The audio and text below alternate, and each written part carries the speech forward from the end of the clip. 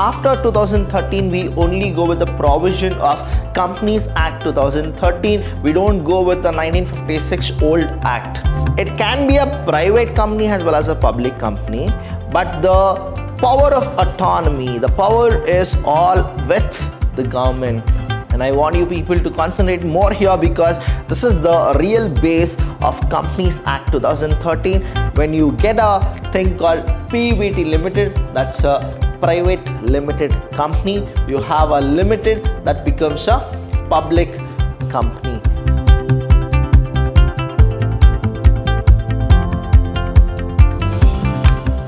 Hello everybody, a warm welcome to one and all. I'm Vidhyaashram from the Department of Commerce and Management in Vidhyaashram First Grade College, the Temple of Excellence. Welcome to the first day of Company Law and Secretarial Practice. Students, you need to know this. Why is that we need to study company law and secretarial practice? What are the advantages? I'll tell you here. I've given you a blueprint of what exactly is covered in the first chapter, and I have given you the allotted marks for the questions as well. Now the topics are there and the marks as well, so you will go with a smart way of learning, and Vidhyaashram is the only college which does everything for the students the way we go with.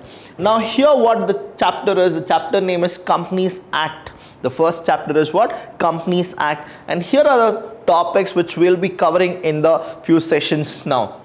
The first thing is the definition. Yes, you need to know what exactly a company is, what are the Companies Act, and then you will get to know about the Companies Act of 1956 and a comparison of 1956 with 2013 Companies Act. After 2013, we only go with the provision of Companies Act 2013. We don't go with the 1956 old act. Now the second one is the features of Companies Act 2013. See, we are stressing more with 2013, because earlier whatever was there in 1956, that was done by the late government, and now what we have done is the provision is being updated, and there are so many new clauses, memorandum, the association have actually come up, and we are dealing with the 2013 Companies Act. The next one here is limited liability partnership. You'll be confused. So partnership was unlimited liability. How come now we have a partnership which is limited liability? Yes, this is what happened in 1956. That is, partnership was unlimited liability. In 2013 Companies Act, the partnership, yes, we can make it a limited liability. So I'll be telling more about this partnership and the limited liability and unlimited liability in these topics, and you will be getting it for 10 marks. So these are the topics which are very, very important, students. So you are supposed to focus more on these type of topic. Next one is types of company. Yes, today we're going to talk more about types of company here. Now types of companies are the companies which you already know that in your PUC as well as in your degree, but you will be shocked that we are dealing with few of the more companies which you have never heard about. Now I'll be talking more about the public company, private company, foreign company, holding company. There are so many listed companies which you will be coming across. Then the last one in this chapter is all about the SEBI, that is Security Exchange Board of India. Now what are the SEBI rules? What exactly SEBI does? The role of SEBI and why we need SEBI in India and across. Now here, if you understand, so you will be dealing only with the company and its act. Now whatever is related to a company, whichever is for the company, everything will be listed here and we will understand more about it. If you see the marks allotted to here, right, the first one is all about the definition. Now whenever you write the degree examination of MYSURU University, usually what happens is they will not ask you define company, or they will not ask you any 1 mark question or 2 mark question, because you already know how the questions are framed. We have 3 parts, that is part A, then we have part B, and we have part C. Now when we go with this part A, B and C, what usually we get is part A is all about 5 marks question, the part B is 10 marks question, and the part C is 15 marks question. Now Now here you don't have any 1 mark or 2 marks, so they will not ask you define any kind of a things. But what exactly happens is, within the question, when you start writing the answer, if you write the definitions of given questions, what usually happens is you will get 1 marks or 2 marks because it is added in the answer key. So students, always try to define something. When you go with a definition, what exactly you are supposed to do is, you need to define according to a person who has already defined that particular word. So it is always like according to, and then you are supposed to start defining what the person has said. So that's why you should always refer textbooks, you should always refer the PDF which the Vidhyaashram college actually provides you. So these are the things which you are supposed to think, and then you are supposed to go forward, because acting smart and being smart, there is a lot of different students. Next one, we'll go with the types of company, as I told you, because you should know that there are n number of companies, and in your syllabus I have listed you 15 different companies.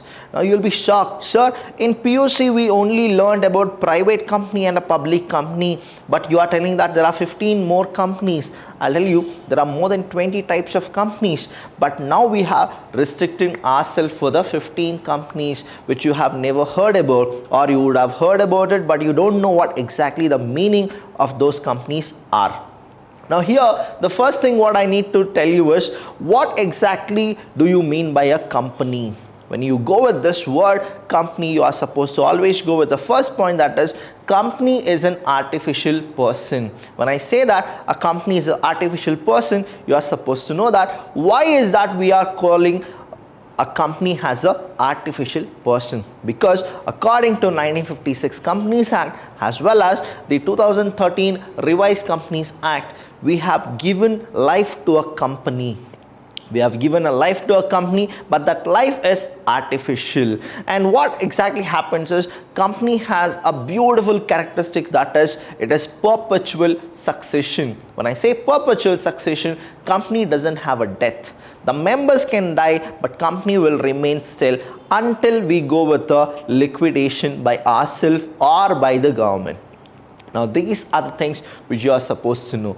But company also have something called a common seal. When I say a common seal, because of that common seal we will recognize a company. Now you will go with something called logo. If a half-bitten apple is there, right, what exactly we feel? It is an apple. We'll go with a Windows or Microsoft. We'll go with so many kind of a thing. Now these are the common seals which we only go and we recognize those company, and what exactly the company is dealing with also we'll get to know that. So we'll understand what are the types of company. The first type of a company is called statutory company. Please understand all the companies and list out in your own notebook. And I want you people to concentrate more here, because this is the real base of Companies Act 2013 and the company law, which is the secretarial practices. Now here, the first one is statutory company. I'll be telling you each and every meaning of the companies which I have listed here, but I just want you people to concentrate more on what I stress the more. Next one is registered company. So company should be registered, right? So why is that you are particularly telling about registered company? So there are so many other companies which are registered, as well as there are companies which are not registered, but still they'll get a criteria of being a company for stipulated time. The next one is company limited by shares. Yes, it's not just a public company or a private company. We have company which is what? Registered. And then we have company which is limited by shares. Next one is company limited by guarantee. So there are limited by shares as well as limited by guarantee. The next one is small company. So you'll have a thing, right? So we have a small company, so we'll also have a big company as well as a medium company. No, you don't have a big company, a certain name, or a medium company, but you'll definitely have a company called small company. So the first 5 companies which I have told you is all about statutory company, then registered company, company limited by share, company limited by guarantee, and then we have a small company. So moving forward, we have The next 5 companies which I have listed, I'm just grouping it into 5, 5 and 5. Totally I'll be talking more about 15 companies, and today I'll explain more of 8 companies and what are the meanings of those companies. The next one is private limited company.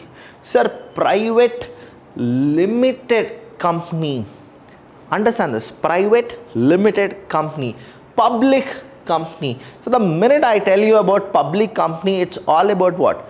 Public limited company. It's already understood, because these are the basis which we have actually gone from RPU. If you people feel that, so I'm from a science to commerce, I'm telling you students, please refer the textbooks of first PU and second PU, because those are the real base of the entire commerce. The next one is one person company.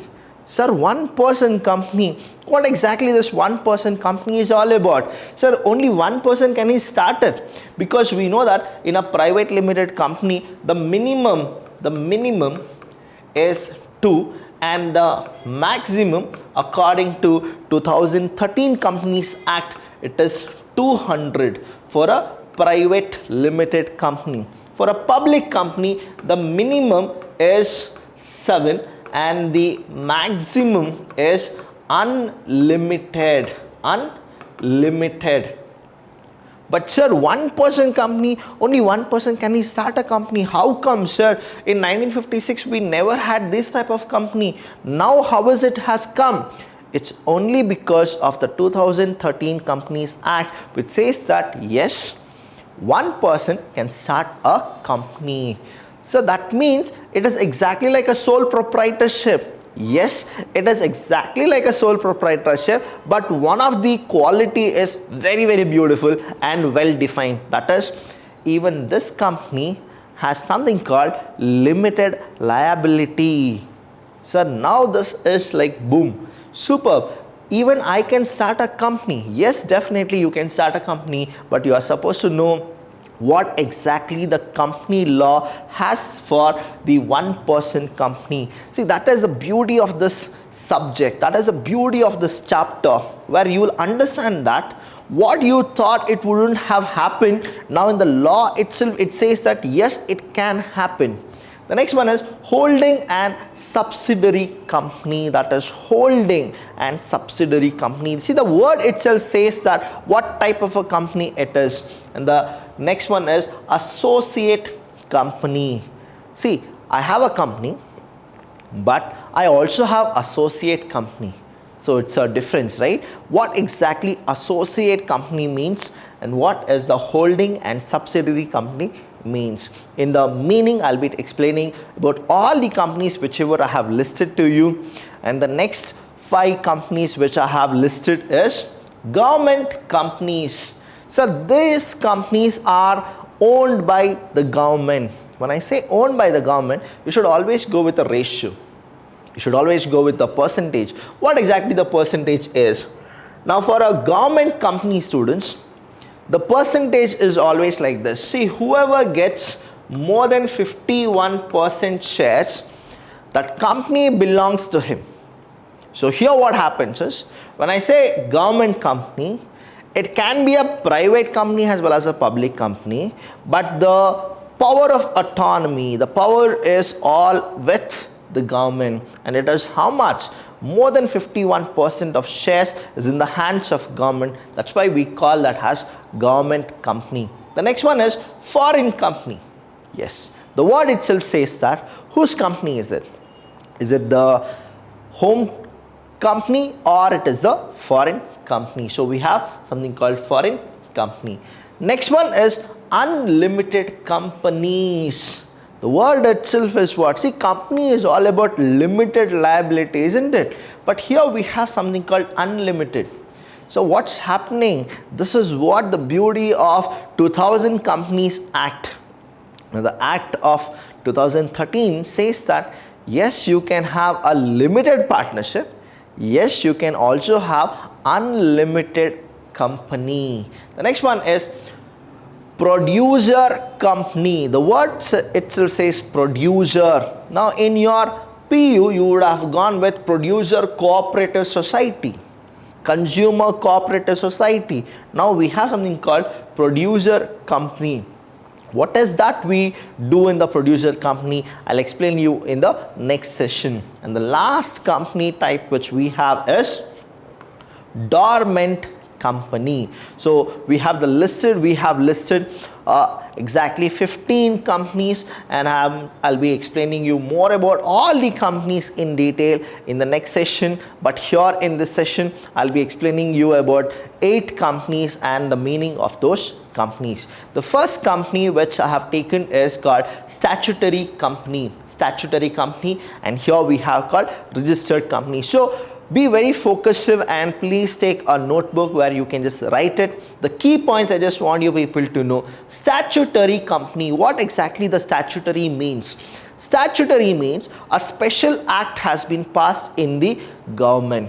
Now when I say government, it can be a central government or a state government, because India is all about bilateral. When I say bilateral or bicameral, that all means what? We have something called a central government as well as a state government. When I go more about the central government, it's all about the 2 houses. We call it as Lok Sabha and Rajya Sabha. When I come to the state legislative, we have something called legislative council and legislative assembly. So here what happens is, there are companies which are being given to the public only for the benefit of the public. When those companies come to the real market, that we call it as statutory company. It is all done because of a special act passed in the legislative assembly. So that is called as statutory company, and those companies are actually governed by the government itself, and they are the first oldest type of company which is there in India. Next one is registered company. The name itself says that those companies are registered under the 2013 Companies Act. Students, here in this chapter as well as in this subject, we'll not discuss more about 1956 Companies Act. Here it's all about 2013 Companies Act and its provision. So here what happens is, these are the companies which are registered under 2013 Companies Act provision, and they are running successfully only because of keeping the mind of 2013 Companies Act. Here what happens is, they're all governed and regulated by the provision of Companies Act 2013. They may be limited by shares or limited by guarantee. So there are 2 options. One is, a registered company can be limited by shares, or it can go with limited by guarantee. So you need to just quickly think that yes, we have few types of company that is limited by shares as well as limited by guarantee. So what is this limited by shares and limited by guarantee? I have given you in the next one. That is, here what happens is, a company which is limited by shares, when I say limited by shares, and unlimited companies, I'll just tell you what exactly it is. Now, company limited by shares, yes, a large number of companies are always limited by shares.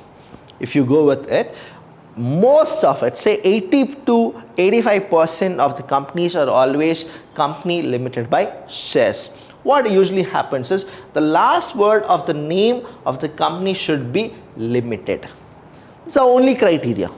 It's called limited by shares. So here we have something called XYZ Limited. The minute you understand that the last word is all about LTD, that means that company is limited by shares. Next one we have is unlimited companies. Unlimited company. Now here there is no limit here. You are going with unlimited liability. What it is, a company not having any limit towards the liability of its member. So those companies are called as unlimited liabilities or unlimited companies. And here what happens is, it can be a private or a public company. So please understand here. Now the company which says that they're unlimited, I'll tell you, there are one good point and one bad point. The one good point is, If the company makes profit, it's gonna make it huge, right? Huge profit. And people who are there in the company, the shareholders, they will be richy rich within a day. But if that company makes losses, it's all the shareholders who will make losses. They can be a crorepati or they can be a pauper. So this is what happens in the unlimited companies. Risk is more. See, the beauty of risk, I'll tell you what it is, right? In the Harshad Mehta episodes, if you go with the fraud of 1992, he says, risk hai to ishq hai. Now, it's the beauty of the companies, I'll tell you here, students. The more the risk, the more the profit. But you need to also understand that in the same episodes of frauds of 1992 scam, you need to know the more the risk, the more the losses. So that is what it is. Risk mein bahut kuch chupa hai, right? The next one we have is private limited company and public company. Yes, these are the companies which you already know what exactly the companies are all about. Now here in these type of company, what happens is we have the criteria, that is we have here PVT limited and then we have limited. When you get a thing called PVT limited, that's a private limited company. You have a limited, that becomes a public company. Now here the criteria is very, very simple. You have the criteria like minimum, then you have maximum, then you have about shares. Okay, please understand more about the shares, because in this chapter we'll only deal more about the shares, the Companies Act, the minimum, maximum, the partnership, the contract, memorandum of association, article of association. All these terms are very common to you people. You are supposed to know what are the meaning about those things. For a private limited, the minimum is 2, here limited is 7, maximum is 200 because of 2013 Companies Act. Now here maximum is unlimited. How much? Unlimited. Okay, then shares. This is the difference between a private company and a public company. In a private company, you cannot transfer your shares to anybody. So there is what? No transfer. You cannot transfer your shares to anybody. But whereas in public company, what happens is, yes, you are allowed, because your shares will be played in the stock exchange. So here what happens is you can share. Yes, you can share. So this is what happens in the private company as well as a public company. Next one we have is one person company and then holding and subsidiary company. So what is this one person company? It's exactly like a sole proprietor. But the thing is, you have something called a beautiful feature, which is limited liability. Sir, can one person start a company? Yes, you can start a company. But there are a lot of clauses which you are supposed to fulfill, and then you are supposed to register your company. Without registering, you cannot go with one person company. Here you need to understand this type of company that has only one member. How much? Only one member, he can register. OPC, usually called as one person company, OPC provides the benefit of both form of business, that is, one is proprietorship and company. With formation of an OPC, business can be run in the same way as a proprietorship. But what happens is, by complying with the law and keeping the liability of the members limited by shares or guarantee, so he can enjoy it. See, that's the beauty about it. If you feel that you want to start a company, you don't need 2 person or 7 people. You can start by yourself and you will enjoy the sole proprietorship as well as being a company. The next one is holding and subsidiary company. What exactly this holding and subsidiary company is all about? A company which controls another company is called holding company, and the company so controlled is called subsidiary company. It's the way like this: holding company and subsidiary company. If I'm controlling a company, that means I'm holding that company. I have that grip of the company. And what is a subsidiary company? Subsidiary company are the company which are being controlled by some other company. That is called subsidiary company. So these are the types of companies which I just wanted to explain to you. There are still 7 more companies, the meaning which I'll explain it to you in the next session. Until then, students, keep learning, be always a good citizen of India. Until then, I'll see you when I see you.